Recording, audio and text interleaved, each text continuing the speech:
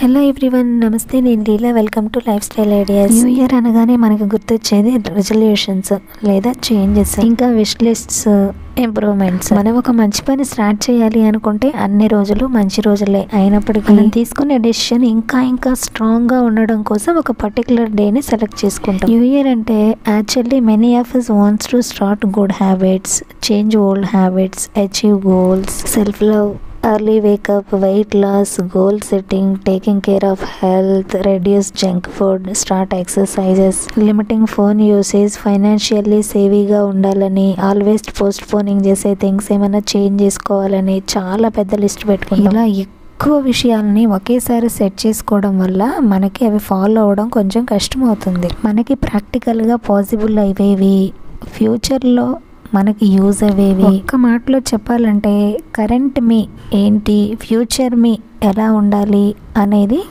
కరెక్ట్గా చేంజెస్ కనిపించేంత, మనం చూసుకునేంత డిఫరెన్స్ 2 స్టేజెస్లో కనిపించాలి. ఫస్ట్ ఈ విషయానికి స్ట్రాంగ్గా ఫిక్స్ అవ్వాలి. మన సరైన నిర్ణయం ఆత్మవిశ్వాసాన్ని రెట్టింపు చేస్తుంది. అలాగే ఒక్కొక్కసారి ఇవి ఫాలో అవ్వలేకపోయామనుకోండి, తప్పు నిర్ణయాలు తీసుకున్నట్లయితే అలాంటి తప్పు నిర్ణయాలు అనుభవాన్ని రెట్టింపు చేస్తాయి. కాబట్టి రెండిటి గురించి ఎక్కువ చింతించాల్సిన అవసరం లేదు. లైఫ్ అంటేనే కాంబినేషన్ ఆఫ్ త్యాగాలు, కాంప్రమైజెస్, అడ్జస్ట్మెంట్స్, ఇవే కదా. మనం ఎంత స్ట్రాంగ్గా డిసైడ్ అయినప్పటికీ కొన్నిసార్లు ఇంటర్నల్గా మనం ఎంత బాగా ట్రై చేసినా కూడా ఎక్స్టర్నల్ ఫ్యాక్టర్స్ కొన్ని ఉంటాయి, మనల్ని ఎఫెక్ట్ చేస్తాయి. అవి మనసులోని ఆలోచనలు మనిషిని ప్రభావితం చేస్తాయి. అందుకే మనసు ప్రశాంతంగా ఉంటే మనిషి ప్రశాంతంగా ఉంటాడు. నీ ఆలోచనల్లో బానిసత్వం ఉన్నప్పుడు నీ కోరికలు స్వేచ్ఛ ఎక్కడి నుంచి వస్తుంది చెప్పు. అందుకే decide strongly and plan properly. మనం ఏదైనా ఒక కొత్త పని స్టార్ట్ చేసినప్పుడు చాలా డిస్ట్రాక్షన్స్ ఉంటాయి. మనం ఎంత ఆలోచించి డెసిషన్ తీసుకున్నప్పటికీ అది ఫాలో అవుతున్నప్పుడే ప్రాక్టికల్ పాసిబిలిటీస్ అనేది మనకు తెలుస్తాయి. ఒక డెసిషన్ తీసుకొని దాన్ని ఎగ్జిక్యూట్ చేసేటప్పుడు ఇది ప్రాక్టికల్గా పాసిబుల్ కాదేమో, ఇంబ్యాలెన్స్ అవుతుందేమో, వేరే ప్రాబ్లమ్స్ వస్తాయేమో, ఈ డెసిషన్ ఎలా కాకుండా అలా తీసుకొని ఉంటే బాగుండేదేమో అని ఒక్కోసారి అనిపిస్తుంది. అందుకే ఏదో ట్రెండీగా ఉందనో ఒక హ్యాబిట్, లేదా చుట్టుపక్కల వాళ్ళు ఫాలో అవుతున్నారనో, అది ఫాలో అవుతే వాళ్ళతో కాంపిటేటివ్గా ఉండొచ్చునో అలా ఆలోచించి మనం ఏ విషయాన్ని ఫాలో చేయకూడదు. మనకి, మన స్థితిగతులకి, మన పరిస్థితులకి సూట్ అయ్యేలాంటి డెసిషన్స్ తీసుకోవాలి. ప్రాక్టికల్ పాసిబిలిటీస్ అంటే ఇప్పుడు మనం డబ్బులు సేవ్ చేయాలి అనుకున్నాము, అది ఎలా సేవ్ చేయాలి, ఎంత సేవ్ చేయాలి, దానివల్ల మన ఫ్యూచర్లో ఎలాంటి బెనిఫిట్స్ ఉంటాయనేది పూర్తిగా తెలుసుకోవాలి. అప్పుడే మనం దాన్ని స్ట్రాంగ్గా చేయగలుగుతాం. అలాగే ఒక పూజ ప్రతిరోజు చేయాలి అని అనుకున్నప్పుడు దానికోసం రోజులా కాకుండా ఇంకొంచెం ముందుగా లేచే విధంగా ప్లాన్ చేసుకోవాలి. అలాగే హెల్తీ ఫుడ్డే తీసుకోవాలి అని అనుకుంటున్నప్పుడు దాని గురించి మెల్లగా ఇంట్లో వాళ్ళని కూడా ట్యూన్ చేసుకోవాలి. మన ఫ్యామిలీ మెంబర్స్ ఆల్రెడీ ఒక ఫుడ్కి కష్టం అయి ఉంటారు, సడన్గా చేంజ్ అవ్వమంటే వాళ్ళకి కష్టమే కదా. ఇక్కడ ఒక ఫ్యామిలీతో ఉంటున్నప్పుడు ఒక విషయం ఇంకో విషయంతో ఇంటర్లింక్ అయి ఉంటుంది. ఇప్పుడు మనం హెల్తీ ఫుడ్ తీసుకుంటూ ఉంటే ఫ్యామిలీ కూడా హెల్తీగా మారిపోతుంది. అందుకే ఫ్యామిలీలో ఏదైనా చేంజ్ చేయాలి అన్నప్పుడు అందరితో డిస్కస్ చేయాలి, అందరి అభిప్రాయాలు కనుక్కోవాలి, వారికి అవగాహన కల్పించాలి. అప్పుడే అది సక్సెస్ అవుతుంది. కొత్త హ్యాబిట్స్ అన్నా ఏదైనా చేంజ్ చేసుకోవాలన్నా అసలే మైండ్ సాకులు ఎతుకుతూ ఉంటుంది ఎలా తప్పించుకోవాలా అని. అందుకే మనం దానికంటే ముందుగా ప్రిపేర్డ్గా ఉండాలి. ఈ 2024కి మా హనీని ఏదైనా ఒక యాక్టివిటీలో జాయిన్ చేయించాలి అనుకున్నాము. అందుకే బ్యాడ్మింటన్ జాయిన్ చేయించు. అలాగే ఫుడ్ హ్యాబిట్స్, హెల్తీ ఫుడ్ హ్యాబిట్సే ఉన్నప్పటికీ ఇంకొన్ని చేంజెస్ చేస్తే బాగుంటుంది అనిపించింది. అందుకే రాగి ఇడ్లీలు, జొన్న దోశలు అలాంటివి ట్రై చేయడం. మనం ఒక డెసిషన్ తీసుకోవడమే ఇంపార్టెంట్ కాదు, దాన్ని రైట్ టైంలో ఇంప్లిమెంట్ చేయడం కూడా అంతే important. Even a correct decision is wrong one it is too late.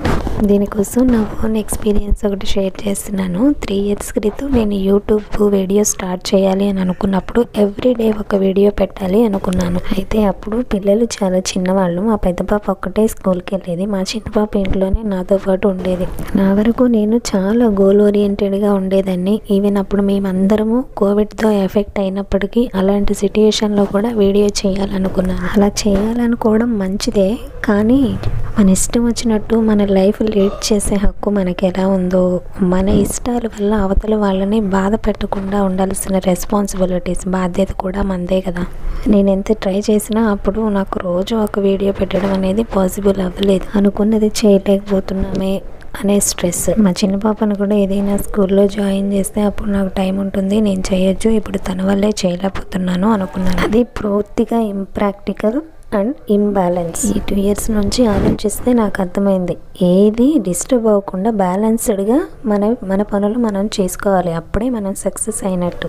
అలా ఉండాలి అంటే స్ట్రాంగ్ డెసిషన్ ఉన్నప్పటికీ ప్రతిదాన్ని ప్రాపర్ వేలో ప్లాన్ చేసుకుంటూ ఇంట్లో వాళ్ళకి కూడా ఏ ఇబ్బంది కలగకుండా మనం ఒక డెసిషన్ తీసుకోవాలి యాజ్ ఏ హౌస్ వైఫ్గా. అందుకే ఏదైనా ఒకటి చేయాలి అనుకున్నప్పుడు దానికి కావలసిన పరిస్థితులు మనం సృష్టించుకోవాలి. ముందుగానే అది ఎంతవరకు చేయగలుగుతాము, మెరిట్స్ ఏంటి, డిమెరిట్స్ ఏంటి అని క్షుణ్ణంగా ఆలోచించుకోవాలి. అప్పుడే మనం స్ట్రెస్ లేకుండా ఈజీగా చేయగలుగుతాము. ఎంత బ్లెస్డ్ో మనం హ్యాపీగా ఫీల్ అవుతాం.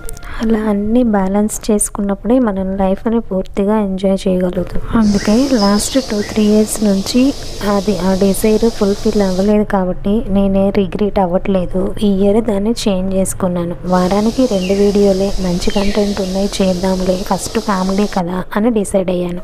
మనం ఏ గోల్ సెట్ చేసుకున్నా, ఏ డెసిషన్ తీసుకున్నా మరీ టూకీగా ఇలాగే ఖచ్చితంగా అని కాకుండా కొంచెం ఫ్లెక్సిబుల్గా ప్లాన్ చేసుకుంటే మనకంత స్ట్రెస్ ఉండదు, అది చేయలేకపోతున్నామే అని బాధపడాల్సిన అవసరం ఉండదు. అందుకే ఏదైనా ఒక హ్యాబిట్ కానీ లేదా ఒక ఇంప్రూవ్మెంట్ చేసుకోవాలన్నా, లైఫ్లో ఒక చేంజ్ చేసుకోవాలన్నా దానికంటే ముందుగా ప్రాక్టికల్ వేలో వీలైతే ఒక 10 to 15 days దాన్ని అమలు చేయాలనుకున్న దాని ముందు కంటే ట్రయల్ గ్రౌండ్ లాగా ఫాలో అయ్యి చూడాలి. అండ్ ఇంకో విషయం ఏంటంటే 2-3 గోల్స్ కంటే ఎక్కువ పెట్టుకునే వాళ్ళకి కొంత గ్యాప్, లైక్ ఒక 40 daysకి ఒక హ్యాబిట్ని ఇంప్లిమెంట్ చేసిన తర్వాత ఇంకో 45 days నుంచి కొత్త హ్యాబిట్ స్టార్ట్ చేయటం, అలా అయితే సక్సెస్ రేట్ బాగుంటుంది. ఆ విధంగా 1 by 1 కొంచెం గ్యాప్ ఇచ్చుకుంటూ చేస్తే బ్రెయిన్కి కూడా దాన్ని హ్యాబిట్ లాగా చేంజ్ చేసుకోవడం ఈజీ అవుతుంది. సో నేనేం చెప్తానంటే ఏదైనా ఒక చేంజ్ తీసుకునే ముందు లైఫ్లో దానికి తగినట్టుగా ముందు మనం చేంజ్ అవ్వాలి పాసిబుల్ వేలో, ఆ తర్వాత దాన్ని ఫాలో చేయాలి. అప్పుడు ఫెయిల్ అయ్యే ఛాన్సే ఉండదు. అండ్ లాస్ట్గా మోస్ట్ ఇంపార్టెంట్ థింగ్ ఏంటంటే మనం ఏం చేసినా అది చిన్నదైనా పెద్దదైనా మనకి మనం అప్రిషియేట్ చేసుకోవాలి. డైలీ మోటివేషన్ కోసం, డైలీ ఇన్స్పిరేషన్ కోసం చూడకూడదు. ఈ 2-3 yearsలో యూట్యూబ్ వీడియోస్ స్టార్ట్ చేసిన తర్వాత నేను నేర్చుకున్న మంచి విషయం ఏంటంటే యాజ్ ఏ హౌస్ వైఫ్గా డే అంతా ఎంత బిజీగా ఉన్నప్పటికీ మనం ఒక కొత్త పని స్టార్ట్ చేయాలి అనుకుంటే మన డేని ఎక్స్టెండ్ చేయాలి. అది ఎలాగంటే మార్నింగ్ ఇంకొంచెం ఎర్లీగా లేవాలి. Start your day early, at least at 5 AM. I started doing it. It's really miraculous. ఈ ఇయర్ తీసుకున్న డెసిషన్స్ గురించి, విష్ లిస్ట్ గురించి, రెజల్యూషన్స్ గురించి నెక్స్ట్ ఇయర్ రిగ్రెట్ ఫీల్ అవ్వకూడదు అనుకుంటే ఈ ఇయర్ డెసిషన్ తీసుకోబోయే ముందే దానికి వీలైన విధంగా మనం మారిపోవాలి. 2024లో నా న్యూ ఇయర్ రెజల్యూషన్స్ ఏంటి, దేన్ని బేస్ చేసుకుని నేను రెజల్యూషన్స్ తీసుకుంటాను, మీరు ఎలాంటి రెజల్యూషన్స్ తీసుకుంటారు అనేది నెక్స్ట్ వీడియోలో డిస్కస్ చేసుకుందాం.